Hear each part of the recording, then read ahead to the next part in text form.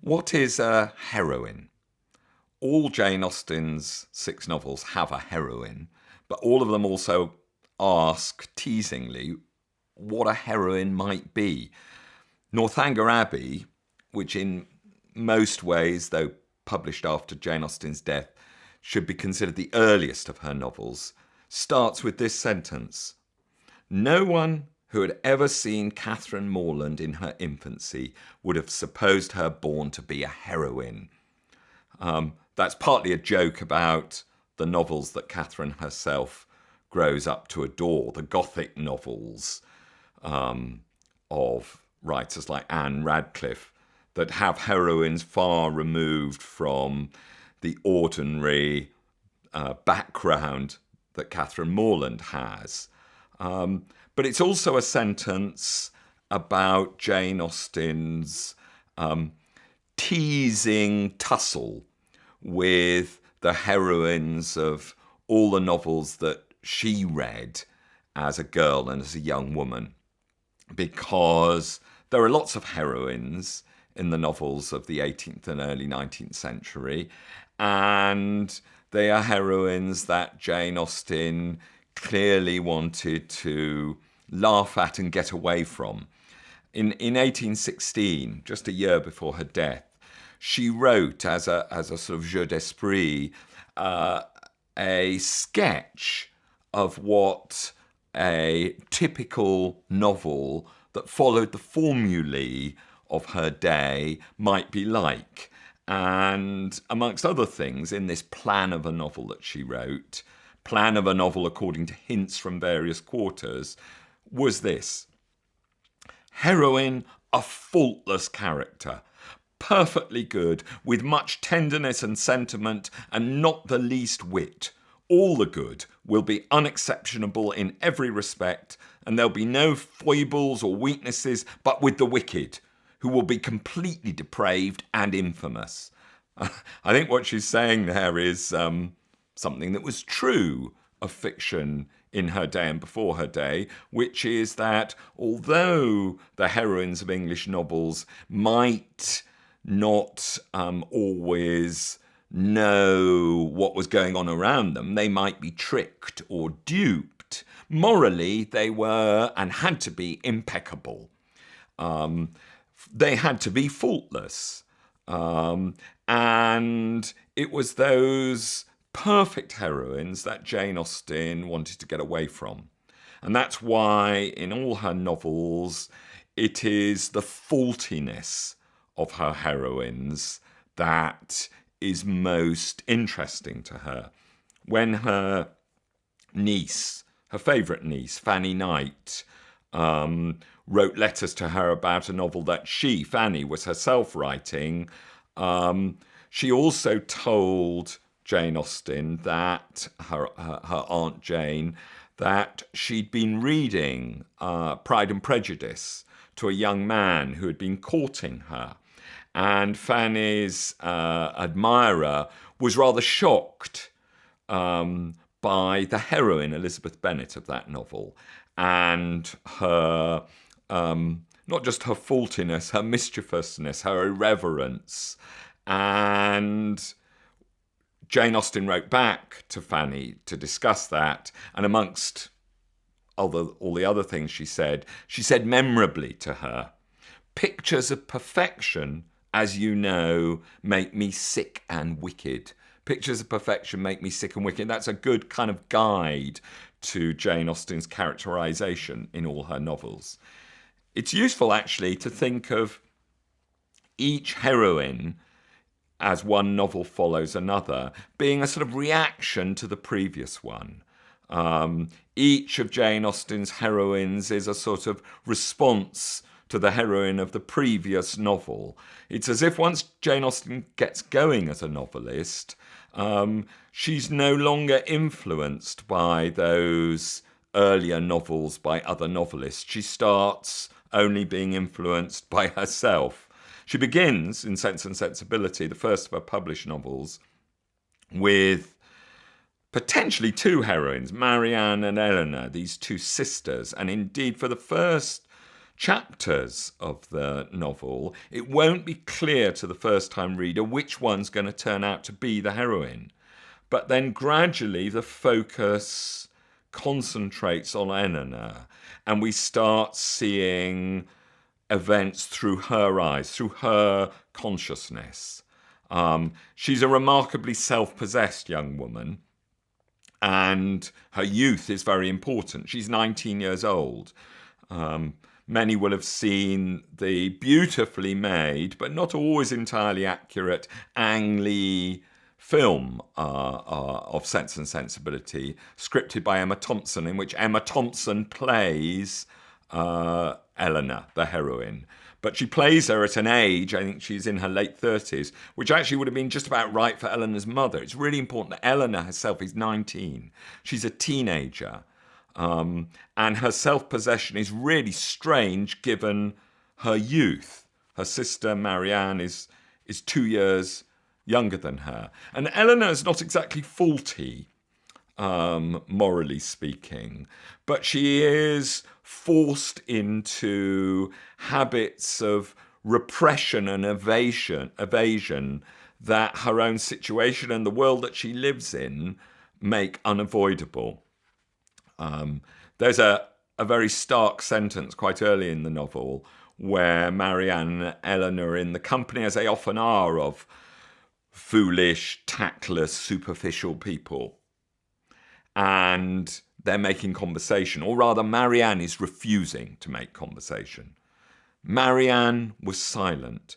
It was impossible for her to say what she did not feel, however trivial the occasion. And upon Eleanor, therefore, the whole task of telling lies when politeness required it always fell. Eleanor has to tell lies. That's her life. That's her duty. And Marianne, whom we might at first think is admirable for refusing to do so, actually causes hurt, damage to others as well as to herself by her self-important integrity. The heroism of Eleanor amounts sometimes to something close to dishonesty. In Jane Austen's next novel, Pride and Prejudice, it's as if she reacts against that. She now has a heroine, Elizabeth Bennet, one of the most famous of all the heroines, who is distinguished by her irreverence, her willingness to say boo to any goose, her outspokenness, her teasingness, her word that Jane Austen likes to use, archness.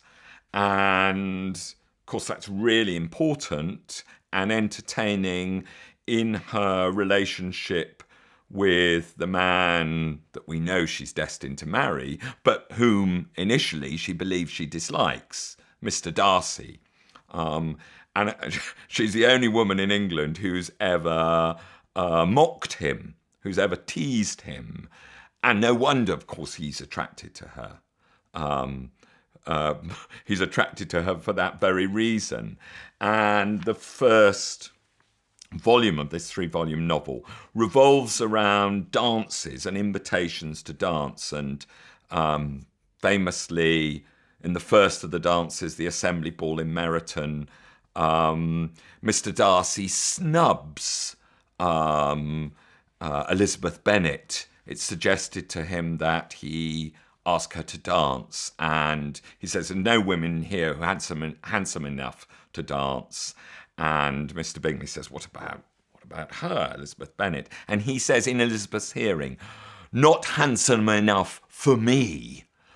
She gets her revenge at the next dance, which happens at the home of her friend Charlotte Lucas, when he's quite Mr. Darcy now. He's being allured by Elizabeth. He's quite attracted to her. But she demonstrates the peculiar cast of her heroism in snubbing him, but much more wittily and archly than he has snubbed her.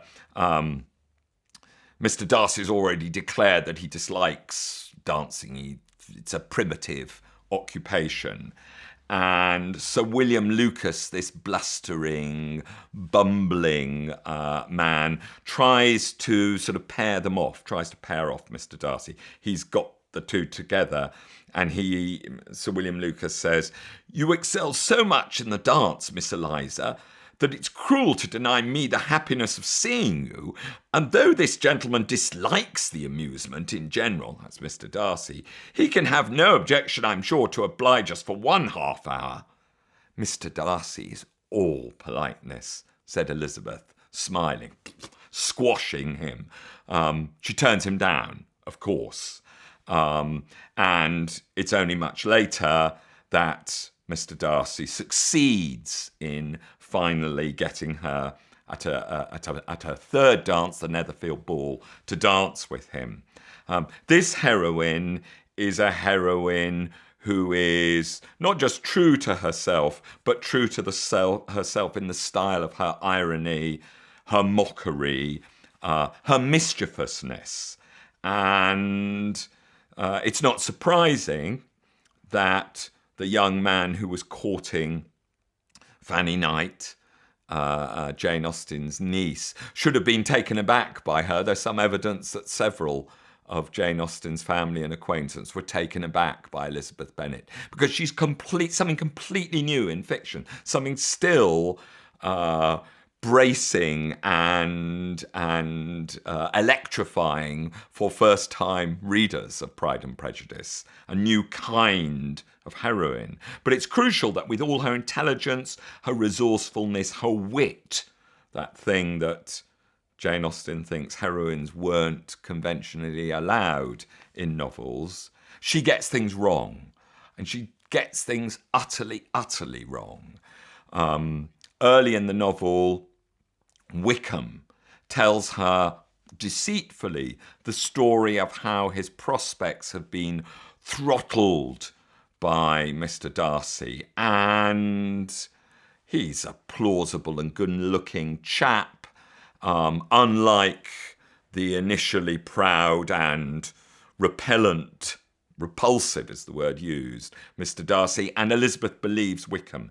And then eventually, sometime after turning down Mr. Darcy's first marriage proposal, Elizabeth gets a letter, is handed a letter by Mr. Darcy, explaining the truth and explaining Wickham's true villainy. She grew absolutely ashamed of herself. Of neither Darcy nor Wickham could she think without feeling she had been blind, partial, prejudiced, absurd. It's a brilliant, that last word of self-condemnation is a real Elizabeth Bennet word. Not only has she been wrong, she's got things wrong, blind, partial, prejudiced, she's been ridiculous. And she now sees herself as ridiculous. And that capacity to see yourself as ridiculous is, of course, a special Jane Austen heroic capacity. She's got things wrong and she now knows it. And she knows that her very intelligence and her very confidence are what have misled her. So Jane Austen has made this heroine, this new kind of heroine, vivid and self-reliant and witty and ironical and funny and irreverent, and always willing to speak, always brave enough to speak, to say what she thinks, to tease others. And so what does Austen do next? In Mansfield Park, she makes a heroine who, by her situation as well as her personality, usually can't speak, who's doomed to be ignored or to have to remain silent. Fanny Price in Mansfield Park is heroic in a completely different way, as if Jane Austen is responding to her own previous novel. And Fanny Price is heroic in a way that many intelligent readers have wrongly, I think, found exasperating. Nobody, I believe, has ever found it possible to like the heroine of Mansfield Park, wrote a great critic and great Austen aficionado, Lionel Trilling, well, I think he's wrong. I find it perfectly possible to like her. I'm sure lots of readers do. But he was saying something which has often been said by critics. Kingsley Amis called Fanny Price a monster of complacency and pride, concealed under a cloak of cringing self-abasement. But she's forced, she's the poor relation. She's forced into self-abnegation because she's adopted into this rich, proud, grand family. Her aunt and uncle, Sir Thomas and Lady Bertram, adopt her in effect, and she lives with her incredibly privileged but also incredibly unperceptive cousins, one of whom, Edmund, she falls in love with. And in their lives, their busy, self-deluding lives, often they hardly notice her. She keeps being forgotten, and the novel itself brilliantly sort of mimics this. Early on in the third chapter of the novel, the narrator sort of interrupts the busy lives of the Bertram family to say, and Fanny, what was she doing and thinking all this while? And that's a kind of artful self-interruption, because Fanny keeps indeed being forgotten, being not noticed. There's one wonderful moment when Edmund returns after having dinner with the Crawfords and Dr. and Mrs. Grant, who live in a rectory at the end of the park. This novel is set in Mansfield Park, it's a grand house, and at the end of the park is the rectory. And one summer evening he returns with one of his sisters, Julia, and we imagine it's dusk, and he comes into the drawing room, the salon, one of his big grand rooms in Mansfield Park, and says, "Oh, where's Fanny?" And her aunt says, oh, she's not here, she's gone to bed. And Fanny says, no, here I am. She's in the darkness, in some pool of darkness in this semi-candlelit room, ignored, not even noticed by her relations. And that's what her presence is like in the novel. And yet, morally and psychologically, everything is filtered through her watching consciousness. She watches the errors, the terrible errors and bad behaviour of her relations. And above all, she watches her cousin Edmund, whom she secretly loves, but she cannot tell her love. And he, the man that she adores, her one ally in this family, keeps getting her wrong too. So it's proposed that she goes to live with her widowed aunt, Mrs. Norris, who lives down in the village. And Mrs. Norris is an appalling, not just meddler, but sadist, actually. And we know that living with Mrs. Norris for Fanny, whom Mrs. Norris despises, would be a kind of torture. But Edmund idiotically says, Mrs. Norris is much better fitted than my mother for having the charge of you now. He gets her wrong over and over again. The glamorous brother and sister, Henry and Mary Crawford, arrive to stay with the Grants at the parsonage. And Mary Crawford looks like a potential marriage partner for Edmund. And he toys with this possibility.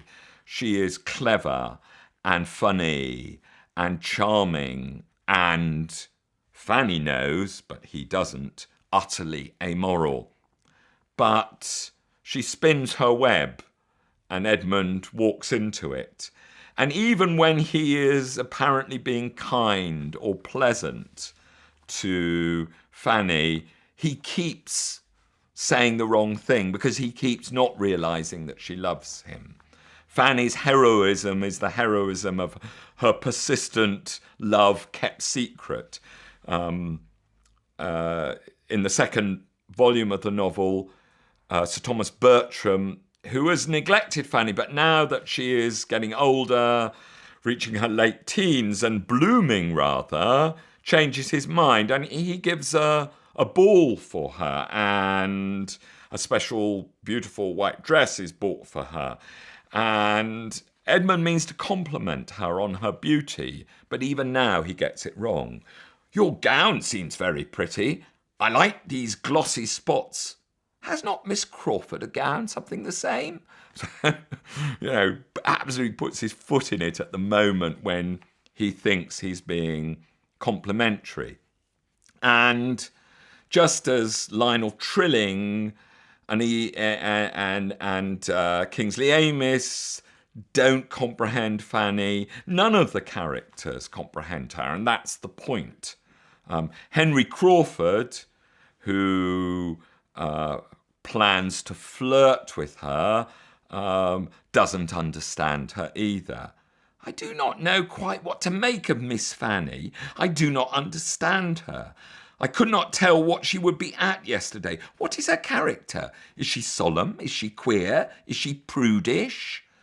No, she's not. She's not prudish. Hers is the heroine of a kind of secret fortitude, a concealed passion forced on her by circumstances. Having created Fanny, Jane Austen, it's as if she reads her own novel and thinks, what do I do next? What I do next is Emma Woodhouse. In the only novel named after its heroine, Emma Woodhouse pushes her way into the very first sentence of the novel thus: "Emma Woodhouse, handsome, clever and rich, with a comfortable home and happy disposition, seemed to unite some of the best blessings of existence, and had lived nearly 21 years in the world with very little to distress or vex her." Well, obviously, distress and vexation are on her way, and that first sentence enacts her complacency, really. But she has reason to be complacent: handsome, clever and rich. As Fanny Price in Mansfield Park was powerless and therefore quiet, secretive, an observer, an unobserved observer of the goings on in the novel, Emma Woodhouse is the opposite. The first of Jane Austen's heroines, the only one of Jane Austen's heroines who has something close to power. Her mother is dead, her sister's married off, her father is an enfeebled hypochondriac who depends totally on her. And she can do what she wants. And the novel is a chronicle, indeed, of her meddling, her near disastrous meddling in the lives of others. Jane Austen famously said of Emma Woodhouse, I've written a novel with a heroine whom nobody will much like but myself. And it's a difficult thing to explain to somebody if they haven't read the novel, how such a meddling protagonist, who is constantly wrong about everything, wrong about other people, can actually also be a heroine. But the extraordinary thing is that Jane Austen writes the novel from so within Emma's head that we inhabit her errors. Sometimes we spot them in advance, sometimes we don't. But we live within them, and so her fallibility in some ways becomes our fallibility. And we inhabit her efforts to kind of try and make up for the many mistakes that she makes so that she can go on and make some more. I mean, here is a little example. The context is that her protege, Harriet Smith, whom Emma has convinced not to marry the man who really loves her, Mr. Robert Martin, has bumped into him again with his sister whilst taking shelter from the rain in Ford's, the draper's shop in the village. And Harriet gives a breathless but also utterly truthful account of this very embarrassing meeting and the behaviour of Robert Martin and his sister to the woman, the girl really, she's only 17 years old, who has spurned his not just handsome but loving proposal to her. And Emma listens to the account. She was obliged to stop and think. She was not thoroughly comfortable herself. The young man's conduct and his sister's seemed the result of real feeling, and she could not but pity them. As Harriet described it, there had been an interesting mixture of wounded affection and genuine delicacy in their behaviour. But she had believed them to be well-meaning, worthy people before, and what difference did this make in the evils of the connection? It was folly to be disturbed by it. Of course, he must be sorry to lose her. They must all be sorry. Ambition, as well as love, had probably been mortified. They might well have hoped to rise by Harriet's acquaintance. And besides, what was the value of Harriet's description? So easily pleased, so little discerning. What signified her praise? And you can perhaps hear in that the gradual transition from Emma's concession that actually the behaviour of the Martins was evidence of real feeling and of some delicacy in their responses to Harriet, and her gradually having to talk herself back into self-delusion, to talk herself into the sense that their behaviour was the result of ambition on their part, when in fact the reader knows that Harriet actually is socially much lower than them on the scale of things. And you can hear that Emma's consciousness is, as it were, warping the narrative.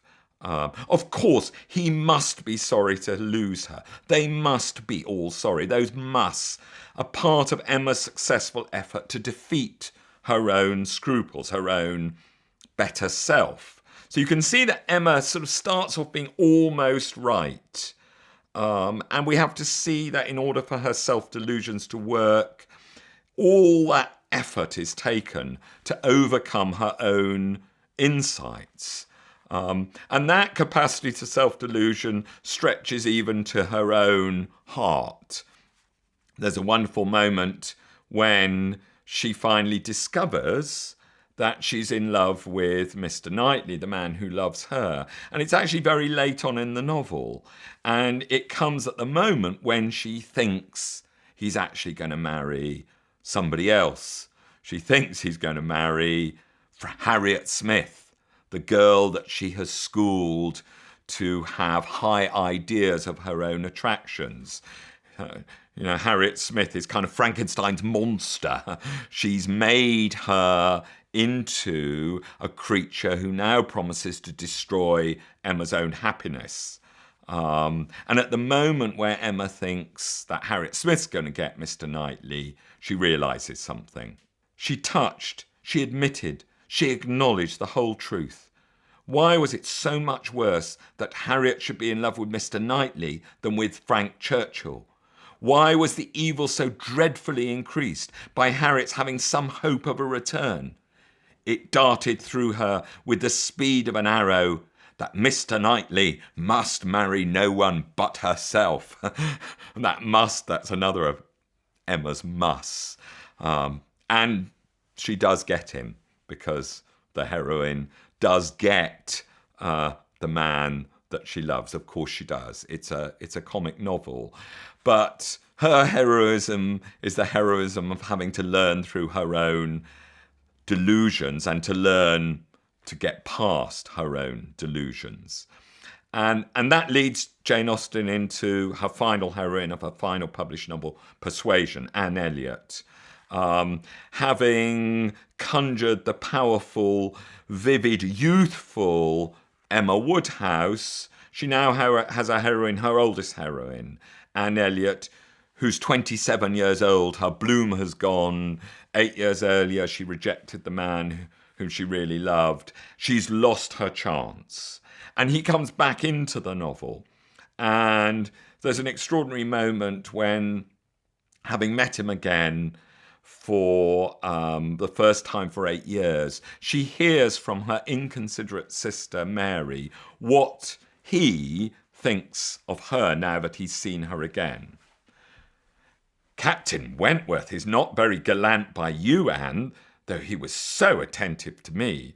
Henrietta asked him what he thought of you when they went away, and he said you were so altered that he should not have known you again." So it's kind of absolute sort of death sentence, that even though he looks to her as attractive, as sexy as ever, he's a war hero now, and he's returned from the naval wars with the French, rich as well as honoured, but she is so altered he wouldn't have known her again. And then she thinks about that, and just as in Emma, in a different way in Persuasion, the narrative follows her thoughts. It's shaped by her thoughts.